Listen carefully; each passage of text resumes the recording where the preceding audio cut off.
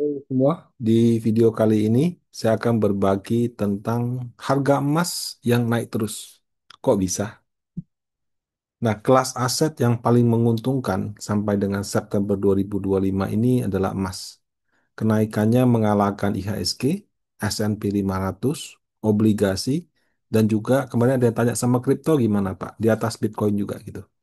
Nah, kenapa harga emas bisa naik terus? Apa penopangnya? Apa yang kira-kira bisa buat harganya turun kembali gitu. Nah, secara angka ya, hingga 18 September 2025 itu IHSG naik sekitar hampir 13%. Obligasi negara yang 10 tahun, kalau Anda beli seri 10 tahun tok gitu ya, itu year to date dari Januari hingga September kira-kira naik 5,93%. Ini saya pakai trading view sih, saya nggak gitu ngerti dia hitung dari mana. Kalau pakai reksadana fixed income sih mungkin kurang lebih ya 6-7% mungkin ada gitu ya. Nah, kalau S&P 500 itu naik 13,28%. Nah, harga emas naik 37. Untuk periode yang sama kemarin saya cek kalau nggak salah Bitcoin sekitar 22%. Nah, jadi sampai dengan 18 September itu harusnya yang paling tinggi emas. Kenapa nggak saya tampilkan Bitcoin? Menurut saya sih ya, kalau di IHSG kan kumpulan saham. Obligasi negara 10 tahun kan benchmark untuk obligasi negara. S&P benchmark to US. Nah, kalau kripto saya nggak tahu nih, ada nggak indeks kayak semacam IHSG atau SP 500 kriptonya. Kalau ambil misalnya Bitcoin, kan ada juga yang lain. Sama juga kan kalau saham IHSG-nya 12,92%. Kalau ambil DSSA, nah itu bisa puluhan ribu persen. Jadi menurut saya karena saya nggak tahu mungkin pemahaman akan adanya indeks yang kripto apa tidak, jadi saya nggak tampilkan di grafik. Tapi kalau Bapak Ibu mau masukkan silakan sih. Dengan TradingView mudah sekali. Nah, meskipun dalam harga emas dalam dolar itu naik, dalam rupiah tuh ya karena ada faktor monopoli Antam ya, nggak gitu tinggi naiknya. Jadi per 18 September itu harga emas Antam 1 gram kira-kira 2.100.000. Padahal logikanya ya kalau harga emas dunia naik 30%, kalau kemarinnya misalnya 2 juta, 30% kan 600.000. Kalaupun dari satu setengah juta atau 1,7 juta, 30-40% juga harusnya lebih tinggi daripada 2.100.000. Tapi ya mungkin ini memang standar harga Antam. Nah, pertanyaannya apakah harga emas yang naik tinggi tahun ini itu selalu naik tiap tahun? Berdasarkan data harga emas dalam troy ounce per USD dari 2011 sampai 2025, jawabannya tidak gitu. Ada tahun-tahun di mana harga emas naik, ada juga tahun-tahun di mana harga emas turun. Cuma karena kepercayaan yang begitu tinggi terhadap emas, sometimes apa namanya orang lupa kalau lagi turun gitu. Nah, tapi pada kenyataannya di tahun 2013 pernah turun sampai 28%. Nah, kalau kita lihat ini ya, 2011 plus 10, 2012 plus 7, 2013 minus 28. Minus 1, minus 10%, baru plus 8, plus 13, minus 1, plus 18, plus 24, minus 3, minus, plus hampir 7, 27, dan 37. Nah, kalau saya perhatikan juga kayak ada pola nih. 2 tahun untung, tahun berikutnya rugi. 2 tahun untung, tahun berikutnya rugi. 2 tahun untung, tahun berikutnya rugi. Ya, ruginya ada besar, ada kecil sih. Yang paling parah ya sekali 28%. Tapi kalau hari biasa ya cuma 3% dan sekian. Nah, yang 2025 ini anomali nih. Dia sudah untung 2 tahun, tahun berikutnya yang harusnya turun ternyata malah naik 37%. Nah, jadi memang kenaikan di tahun 2025 ini istilah dalam statistik itu black swan gitu. Eh, Jarang terjadi gitu. Bahkan naiknya tinggi sekali. Nah, kenapa di 2024 sampai 2025 ya kalau kita lihat ya, plus 27 plus 37 ini naiknya tinggi sekali. Kalau kita runut itu terus terang beda-beda penyebabnya. Kalau saya tidak salah 2022 itu awal perang Rusia Ukraina. Saya lupa 2022 apa 2023. Sepertinya sih 2022 akhir atau 23.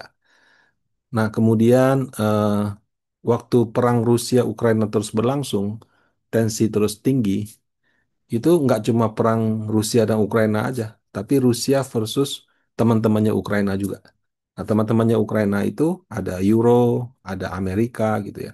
Teman-temannya Rusia itu ada China, ada yang lain-lain, tapi memang tidak tidak langsung ya, kan China dia lebih banyak melihat. Tapi kalau Euro sama Amerika tuh mereka doing something gitu. Nah, ketika mereka doing something, dari yang kita lihat Chelsea, dia punya pemilik klub dipaksa jual si Roman Abramovich. Bahkan waktu dijual itu uangnya nggak boleh diambil, harus ditaruh di mana? Saya masih ingat waktu itu. Chelsea itu dipaksa jual pemiliknya. Nah, dan itu sampai ke dunia keuangan gitu. Aset-aset milik Rusia yang ditaruh di US sama Eropa dibekukan.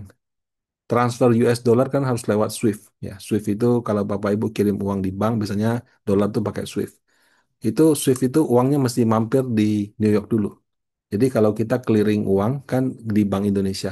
Kalau dolar tuh clearingnya di US. Meskipun saya mau kirim misalnya dari Bank Panin ke Bank Danamon, itu clearingnya di US, makanya costnya mahal gitu.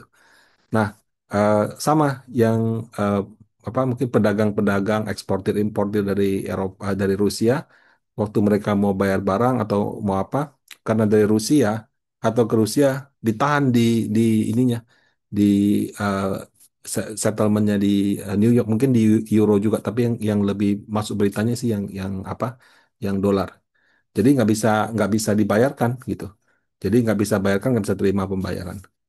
Kemudian kan Bank Sentral Rusia juga punya obligasi US. Kan pembeli obligasi US itu seluruh dunia gitu. Nah, waktu kuponnya bayar sama jatuh tempo itu nggak ditahan, nggak dibayarkan ke ke Rusia. Bahkan waktu di pemerintahan Biden dia bilang, oh ya ini uang nanti dipakai untuk beri rudal atau kasih sumbang ke Ukraina gitu. Nah, em, hal ini membuat banyak negara dan bank sentral tuh jadi berpikir kalau nanti suatu saat ada konflik dengan sekutunya US apa sekutunya Eropa, diginikan lagi nggak gitu? Akhirnya mereka eh, melakukan perubahan yang cukup ekstrim gitu. Nah, caranya bagaimana? Kan bank sentral itu kalau eksportir, misalnya kita ekspor, kan negara dapat dolar. Bayarnya kan kebanyakan dolar. Nah, dolar itu ada yang cadangan itu disimpan, dicatat sama bank sentral sebagai cadangan devisa. Nah, kadang-kadang bank sentral itu dia eh, beli dolar, kadang-kadang dia beli yen, kadang-kadang dia beli euro, pokoknya dia simpan kombinasi itu, sama ada beli emas gitu. Nah, ada juga yang dibelikan obligasi. Karena kondisi seperti ini, yang sekutunya Rusia atau temannya Rusia bilang, wah nanti kalau saya diginiin gimana? Akhirnya obligasi yang mereka punya ya kalau jatuh tempo dibiarkan, tapi nggak tambah lagi. Kemudian mixnya juga dulu mungkin kalau ada cadangan devisa mereka simpan dolar. Sekarang mereka punya punya cadangan devisa, simpannya dalam bentuk aset yang lain. Nah, yang dipilih itu adalah emas. Nah, jadi pembelian emas oleh bank sentral itu meningkat signifikan. Nggak cuma China, Eropa juga lakukan itu, negara-negara lain juga lakukan itu. Jadi ada pembelian yang besar daripada bank sentral. Ini penyebab rally di 2024 kalau nggak salah. 23 sampai 24. Nah, jalan ke ini ada datanya ya. Jadi saya ke gold.org, itu bagus sekali websitenya ya. Datanya semua interaktif, bisa download download dalam bentuk Excel dan sebagainya. Ini adalah dalam ton ya. Ini dalam US dollar gitu. Nah, eh, jadi 2010 sampai dengan 2022 pembelian emas oleh bank sentral itu ya 120 ton, 180 ton, tinggi 200. Terus ini. Jadi kisarannya itu cuma di 100, kadang-kadang di bawah 100 sampai dengan 150 ton. Ini per 3 bulan kalau nggak salah. Ya, 1 ton tuh kira-kira 2 miliar. Sorry, 2 ton, 2 triliun, sorry. Jadi kalau dia beli 100 ton itu 200 triliun. Nah, waktu konflik Rusia-Ukraina berlangsung dan kemudian merembet yang ke lain, oh, berarti 2022, 2023. Pembelian emas oleh bank sentral itu dari biasanya 100 sampai 200, sekarang 200 sampai 400 ton. Jadi melonjak sangat tinggi. Seperti itu. Nah, jadi inilah penyebab kenaikan harga emas di 2024. Nah, kemudian apa namanya? Memasuki 2025 ya. Yang beli emas kan nggak cuma bank sentral gitu kan. Orang-orang juga liatin, ini si bank sentral beli emas terus nih. Berarti harga emas mungkin bisa naik terus. Ya prinsipnya kan orang kayak sama kayak kripto, makin banyak yang beli makin naik gitu. Nah, jadi apa namanya orang yang mau cari untung melihat kenaikan harga emas, mereka mencoba membeli emas. Cuma kan kalau beli emas itu bisa beli emas batangan. Kalau di Arab mungkin mereka emas koin. Nah, kalau di Eropa atau di Amerika, mereka maunya emasnya dalam bentuk investment supaya liquid. Makanya muncul ada istilah bullion bank. Jadi ada fund manager, dia bikin ETF, ETF-nya itu beli emas. Nah, emasnya tuh tidak simpan di custodian, tapi simpannya di bullion bank gitu.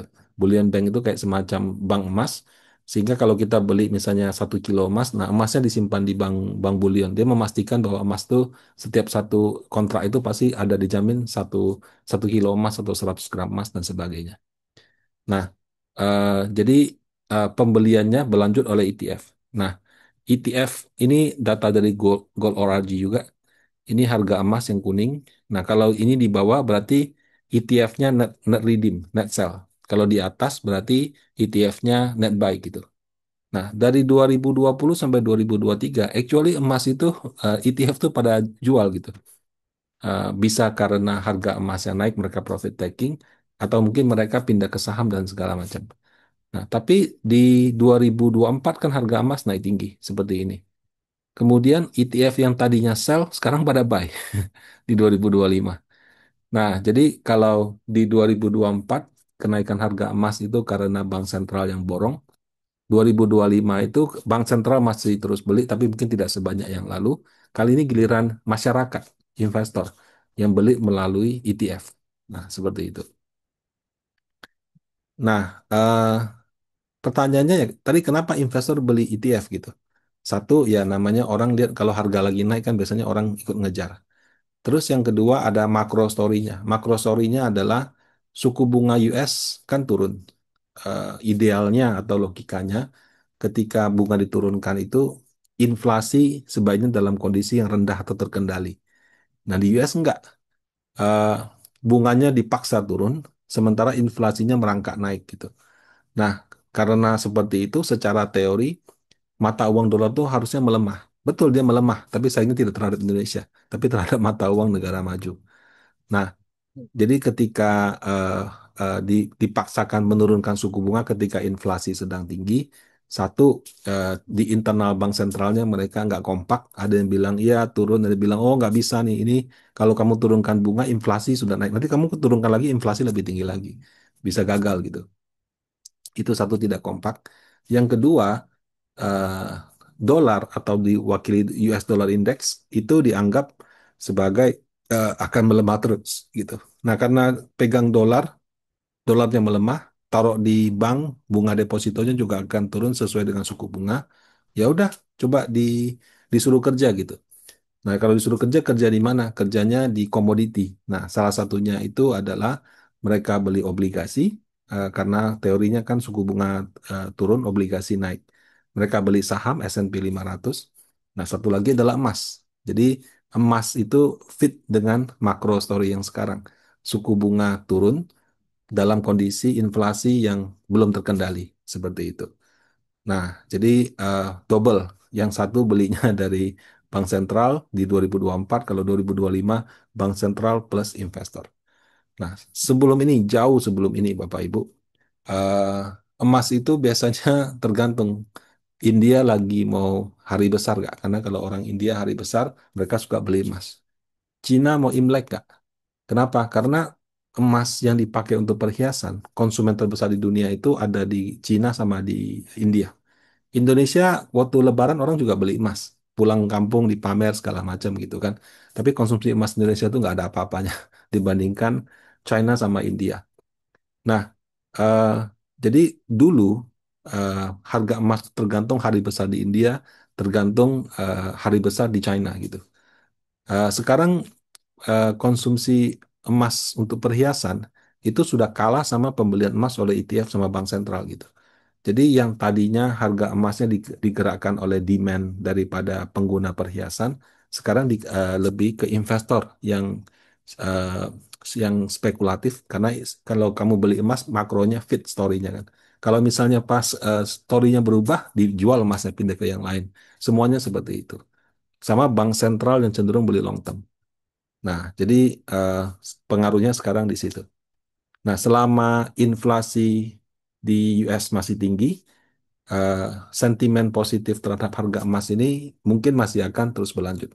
Tapi sebaliknya nih, kan tadi di awal, apa yang bisa buat harganya turun kan?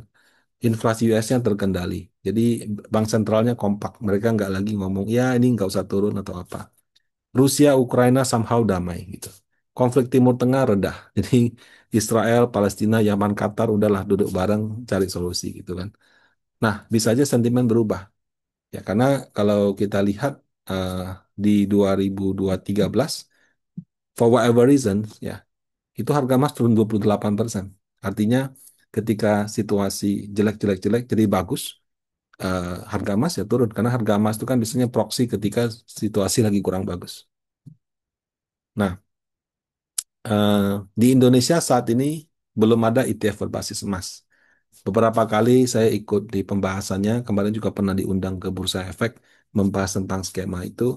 Menurut saya masih ada faktor pajak yang menjadikan eh, kalau ada ETF atau reksadana emas itu kurang menarik dibandingkan beli emas langsung. Paling tidak bagi investor perorangan. Kalau bagi institusi mungkin, tapi kalau perorangan eh kelihatannya kurang menarik gitu ya. Kenapa? Karena reksadana atau ETF itu badan. Badan itu artinya dia punya NPWP. Nah, emas itu pajaknya masih termasuk yang progresif. Artinya kalau kamu beli emas, misalnya satu, 100 juta, kamu jual di harga 120 juta, itu harusnya kamu bayar pajak progresif atas keuntungan itu. Nah, selama ini kalau perorangan mungkin nggak pernah lapor atau lapornya tidak sesuai sebenarnya. Jadi kadang mereka bayar, kadang nggak. Beli di toko emas pun mungkin ada yang minta KTP, ada juga yang nggak gitu. Jadi kalau menurut saya emas itu masih banyak black marketnya, sehingga mungkin kewajiban pajaknya tidak seperti halnya eh, instrumen keuangan. Tapi beda ketika reksadana yang punya NPWP beli, dia kan badan, semuanya harus tercatat. Sehingga kalau misalnya kami beli emas dan kemudian harga emasnya mengalami kenaikan, eh, secara NHV kami harus mengalokasikan sebagian untuk pembayaran pajak. Nah, semoga ada terobosan baru dari Menteri Keuangan yang baru dan kelihatan cukup kreatif ini. Nah, demikian. Semoga bermanfaat. Terima kasih.